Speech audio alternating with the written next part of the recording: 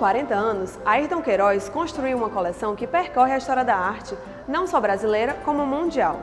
Ele irá expor seu acervo com obras significativas que cobrem 5 séculos de arte. E é sobre esse rico acervo o set de hoje.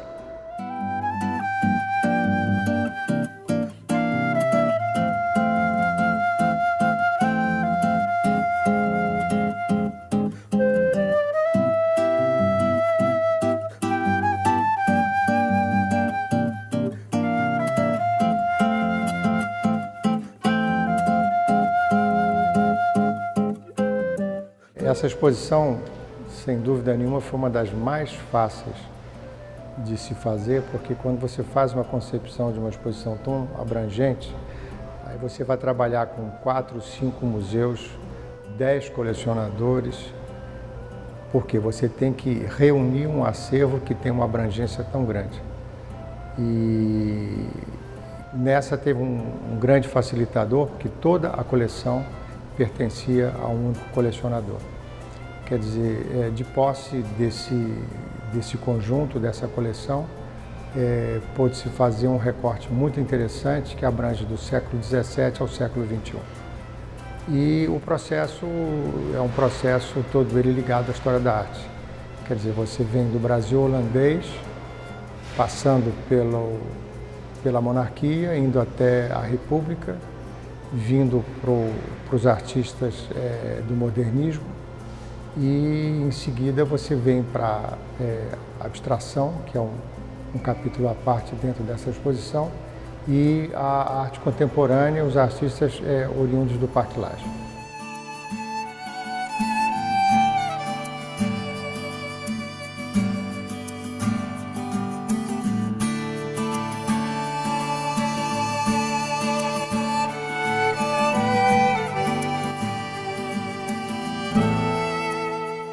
O espectador que vier aqui, ele vai, de fato, ter a seu dispor uma coleção soberba, capaz de rivalizar e até de superar muitas outras coleções. Entre tantas obras da coleção de Ayrton Queiroz, algumas se destacam.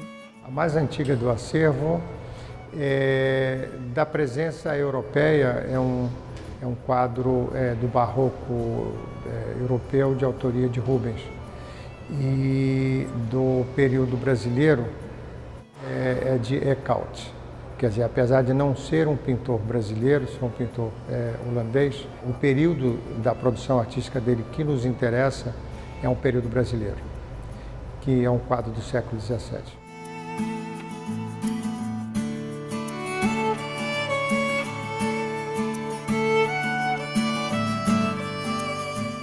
O desenho de Albert Eekhout, um pequenino desenho de uma figura indígena, né? Porque todos aqueles desenhos foram presenteados pelo Maurício Nassau para o rei da Dinamarca. E lá ficaram.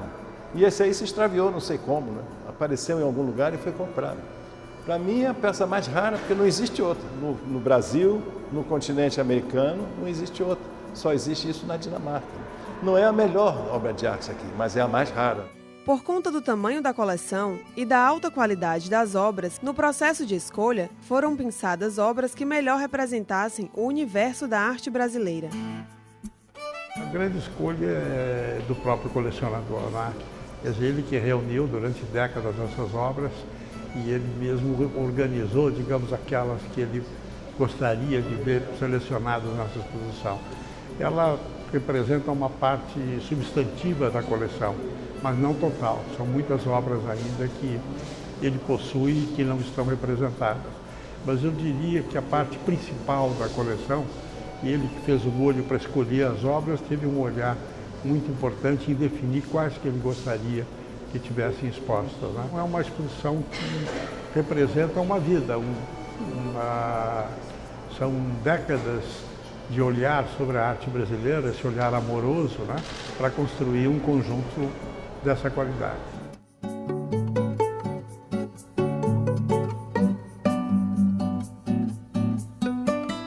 Uma exposição desse porte é de grande importância não só para a Unifor, mas também para todo o Ceará.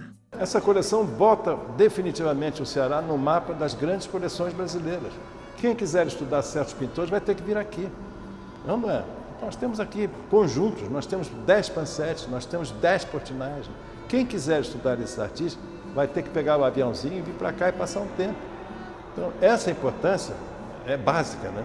O Ceará hoje dispõe de uma coleção que talvez seja a melhor coleção, a mais completa coleção privada brasileira e que supera a de muitos museus. Uma das maiores preocupações da Universidade de Fortaleza é unir arte e educação. E esse foi um dos objetivos do Espaço Cultural ao disponibilizar esse acervo para os estudantes. Essa exposição ela tem uma importância muito intensa, relevante, crucial para a cidade. Não somente para a cidade, mas para o Brasil e para quem se interessa por arte. Porque é uma possibilidade de encontrarmos 5 séculos de produção artística, de narrativas de histórias que se entrecruzam, de poder ver como essa representação de um imaginário do que é o Brasil foi construída, de poder perceber as vanguardas europeias, a presença latino-americana, de compreender os processos que construíram a modernidade do Brasil. Então, toda a nossa história ela é colocada até desaguar na contemporaneidade, que é essa sala que nós estamos agora.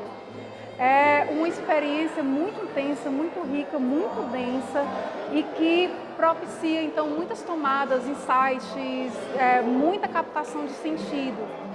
Quem vier visitar a exposição, com certeza ficará muito tocado, muito impactado, porque é a nossa própria história que está colocada aqui. A arte, ela propicia visões de mundos diferentes, diversos, e encontrar isso no espaço da universidade, para os estudantes especificamente, é também uma oportunidade de construir mundos novos.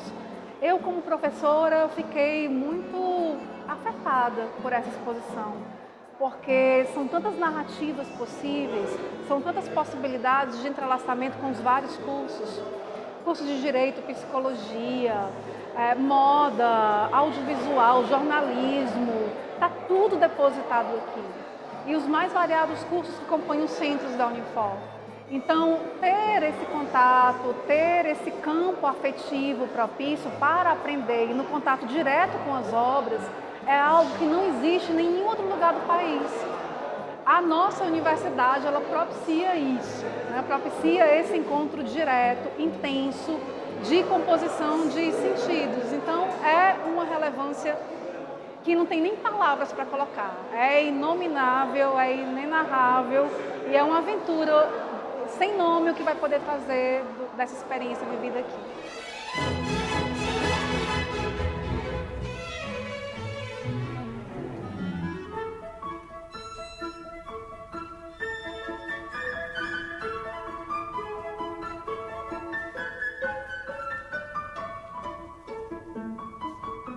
A exposição Coleção Ayrton Queiroz, ela reúne obras de 5 séculos, do século XVII ao século XXI. Por mais que seja de um colecionador privado, ela tem uma amostragem muito boa de coisas da história da arte, já que a gente tem obras desde o período colonial brasileiro até obras do contemporâneo, passando pelas vanguardas europeias e o modernismo brasileiro também.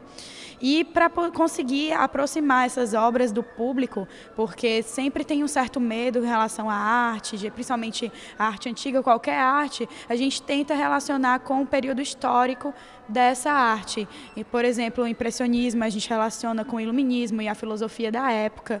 E isso é muito interessante porque as crianças estão estudando isso também na escola. Então elas conseguem fazer um paralelo do que elas estão vendo aqui com coisas que elas estudam história, geografia, ou filosofia, ou sociologia.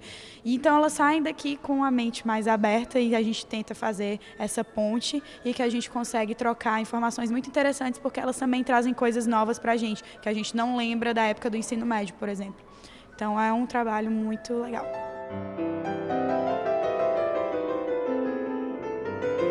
Ayrton Queiroz costuma emprestar suas obras para outras exposições e está sempre atualizando seu acervo. É um autorretrato de Ismael Neri, que ele é apelidado de O Toureiro, né? E essa obra está aqui exposta. Portanto, uma obra recente, o que significa que provavelmente ele vai continuar comprando mais obras, ou seja, a coleção se mantém viva.